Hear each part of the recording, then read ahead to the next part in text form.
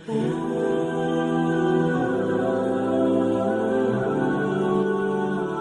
کریم صلی اللہ علیہ وسلم نے ارشاد فرمایا، تم اللہ سے ایسی حالت میں دعا کیا کرو کہ تم قبولیت کا یقین رکھا کرو اور یہ جان رکھو کہ اللہ تعالیٰ غفلت سے بھرے دل سے دعا قبول نہیں کرتا۔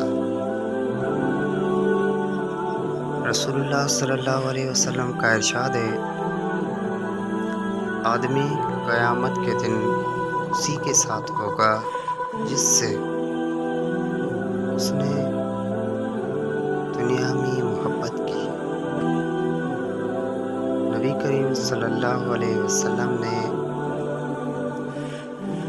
ایک دفعہ صحابہ رضی سے فرمایا، جانتے ہو بد نصیب کون ہے؟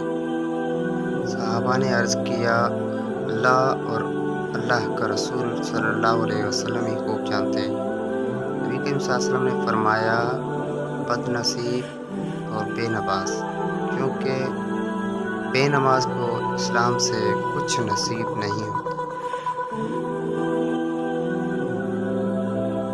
جو اللہ کے دیے ہوئے رزق کو کافی سمجھے، وہ زندگی میں کبھی کسی کا محتاج نہیں ہوتا۔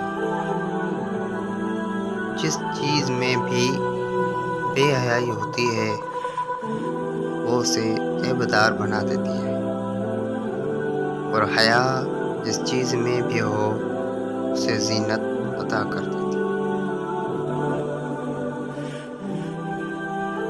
حضرت علی رضی فرماتے ہیں، گناہ پر ندامت گناہ کو مٹا دیتی ہے، نیکی پر غرور نیکی کو تباہ کر دیتا ہے۔